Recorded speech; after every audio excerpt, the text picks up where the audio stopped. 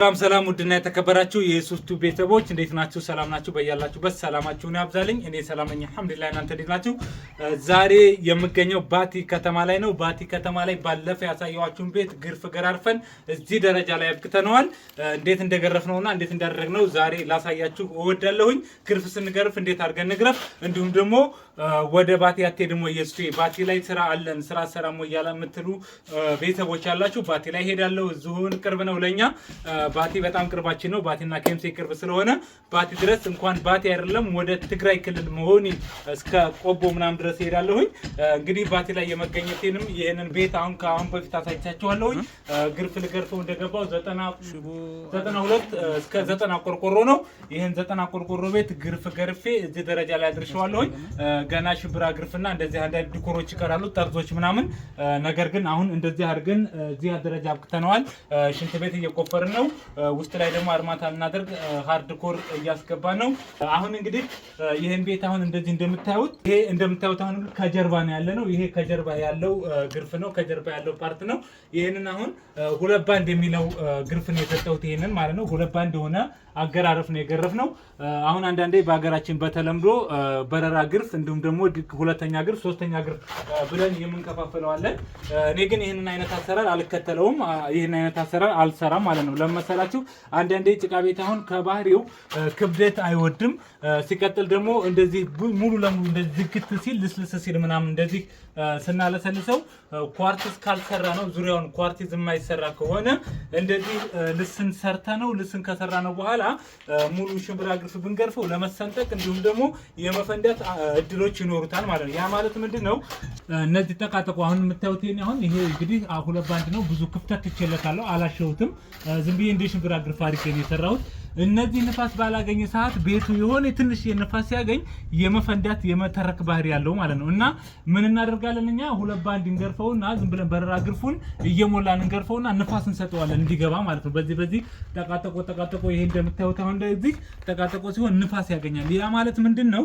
አሁን ይሄ ቤቱ ውሃ ሲጠጣ በዚህ ልክ እየተሰገሰገ ስለሚጠጣ አንደኛ ውሃ ይጠግባል። ውሃ በስነ ስርዓት ይጠጣል። ሲሚንቶ ደግሞ ውሃ ሲጠጣ ይወዳል። ውሃ ካልጠጣ በደንብ ይሰነጠቃል። የመሰነጣጠቅ ባህሪ የመፈርፈር ባህሪ ያለው ሲሚንቶ ውሃ ካልጠጣ ማለት ነው። እና ውሃ ስናጠጣ በደንብ እንዲዝልን ያደርገናል። ይሄ እንግዲህ አሁን የሚገርማችሁ ይሄ ውሃ የሚያጠጣው ልጅ ራሱ አገናኛቸዋለሁ የትኛው በደንብ እንደሚስም ማለት ነው።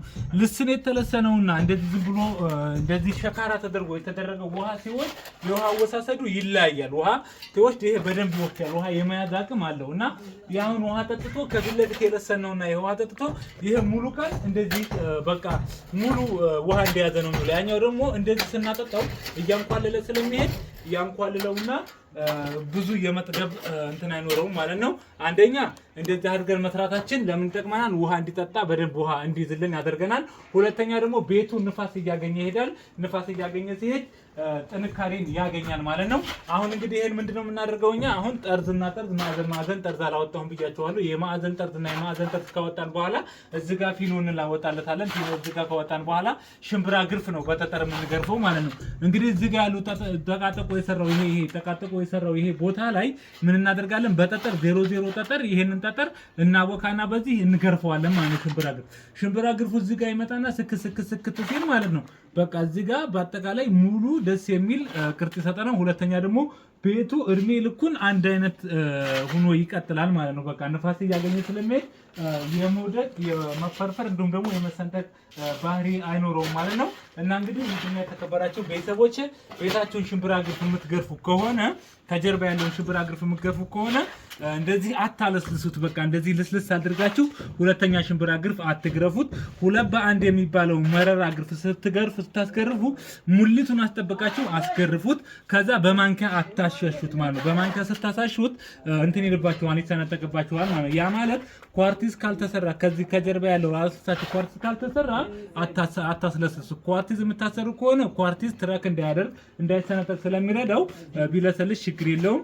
ሽምብራ ግርፍ የምታረጉ ከሆነ ግን ሳታስለሰልሱ በረራ ግርፍ እንደዚህ ሙሉ ይጠብቃችሁ ሰጣችሁ ከዛ ሽምብራ ግርፉን ማሰራት ይበጀዋል ቤቱ ማለት ነው።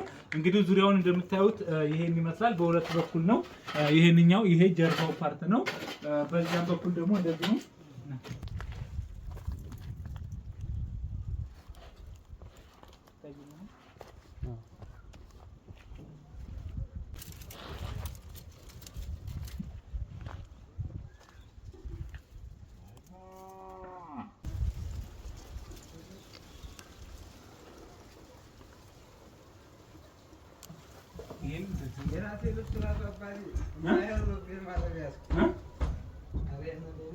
ፋንታ የት አለ?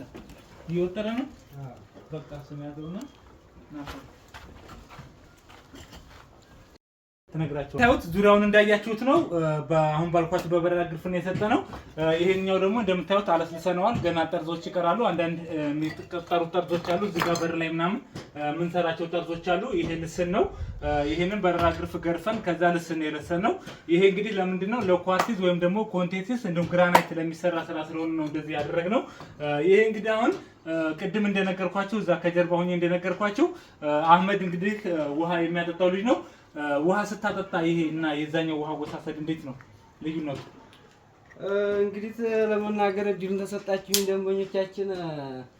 እንግዲህ ይሄ በጣም የለሰለሰው ውሃ ሲጠጣ በጣም ውሃ የማንሻለል ባህሪ ያለው ግን አለ አይደለ ገና መጀመሪያ ሲገረፍ የበረራ ግርፍ ተገርፎ ውሃ ቢያንስ 5 ቀን 6 ቀን ከጠጣ በኋላ እንደዚህ ልሾ ሲደረግ በጣም ይይዛል ማለት ነው። እና አስተያየት ያለኝ ይሄ ነው።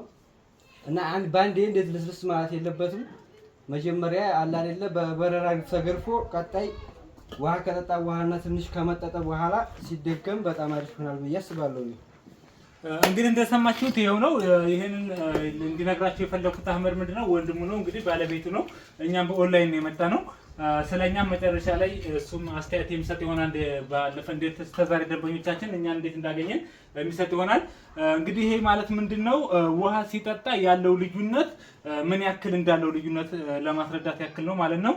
እና የመጀመሪያ በረራ ግርፍ አንደኛ ግርፍ ብለን እንደዚህ ለስነን አሁን ይሄ ከጀርባ ያያችሁ አሁን ይሄ እንግዲህ የጎረቤት ቤት ነው። የጎረቤት ጀርባ የሰጠን ቤት ነው። ይሄ አሁን እንግዲህ አሁን ይሄ እንደዚህ ለስልሷል። እንደዚህ እንደምታዩት አሁን ተለስልሷል። ይሄ ጥራት ያመጣሉ እንደዚህ አንዳንድ ልስን ሲሆኑ ማለት ነው። አሁን እንግዲህ ይሄ ግርፍ ሲገረፍ ሽምብራ ግርፍ ሲገረፍ ሙሉ እኛ እንዳደረግነው ቢሆን በጣም አሪፍ ይሆን ነበር። እዚሁ ላይ ሲሆን ደግሞ የመፈንዳት ባህሪ ይኖረዋል ማለት ነው። እና እንግዲህ ይሄንን ማድረግ ያለባችሁ ምንድነው እናንተ እንድትማሩበትና እንድትረዱት ብለን ይሄን ሀሳብ ይዘንላችሁ የቀረብነው ሁለት ባንድ የሆነ ሽምብራ ግርፍ ስትገርፉ ለሽምብራ ግርፍ ከሆነ ልክ እንዳሳየኋችሁ አድርጋችሁ መስራት። ካሁን በፊትም መሆኒ ላይ ነግራችኋለሁ። መሆኒ እየሰራሁኝ አሁንም ደግሞ ድጋሜ ነግራችኋለሁ።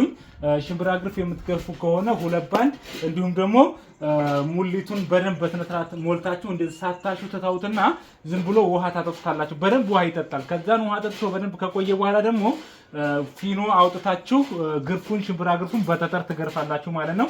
እንደዛ ሲሆን ለቤቱ አሪፍ ይሆናል፣ ጥሩ ይሆናል፣ ጥንካሬ ይሰጠዋል፣ እድሜ ይሰጠዋል ማለት ነው። ሌላ ፊት ለፊት የምትሰሩትን ኳርትዝ የምትሰሩትን ደግሞ በረራ ግርፍ ትገርፉና መጀመሪያ በረራ ግርፍ ገርፋችሁ ከዛ በረራ ግርፉን ውሃ በደንብ ካጠጣችሁ በኋላ ሲቀጥል ልስኑን ትለስኑታላችሁ ማለት ነው። እዚህ ልስን ላይ በረራ ግርፉ በደንብ ውሃ መጠጣት ያለበት ለምንድን ነው? ልስኑ ላይ አሁን ውሃ ሲረጭ እያንኳለለ ነው የሚሄደው፣ በደንብ አይጠጣም። እዚህ ልስኑ ላይ በረራ ግርፉ ላይ ደግሞ ሾሾ ነገር ስላለው ያ በደንብ ውሃ እየያዘ እየሳበ ስለሚሄድ እንደዛ ውሃ እየጠገበ ይሄዳል ማለት ነው። ለቤቱ ውሃ እንዲጠግብ ውሃ በደንብ እንዲጠጣ ይረዳችኋል ማለት ነው። እንግዲህ ይሄ ባቲ ከተማ ላይ እየሰራ ነው 90 ቆርቆሮ ቤት ነው። ከዚህ ቪዲዮ በጣም እንደምትማሩበትና ብዙ ትምህርት እንደምታገኙበት ተስፋ አድርጋለሁኝ። እንግዲህ ባቲ ከተማ ላይ አትሄድም እንደ ወደ ባቲ ሄደህ ስራ አሰራም እንደ ያላችሁ እህት ወንድሞች እኔ ባቲ ላይ ሄዳለሁ። በቤት ግንባታ ከመጀመሪያ ጀምሮ እስከ መጨረሻ ድረስ ማሰራት ለምትፈልጉ እህት ወንድሞች በየትኛውም አካባቢ ወሎ ላይ በየትኛውም አካባቢ ላይ ስለምንቀሳቀስ እየደወላችሁ ማናገር ይችላላችሁ። ፊኒሽንግም ስራ ማሰራት ከፈለጋችሁ እንደዚሁ ማናገር ይችላላችሁ ማለት ነው። ለሌሎች እንድትደርስ ይህን ቪዲዮ ሼር፣ ሰብስክራይብ ማድረጋችሁን አትርሱ። ወሰላሙ አለይኩም ወረህመቱላሂ ወበረካቱ።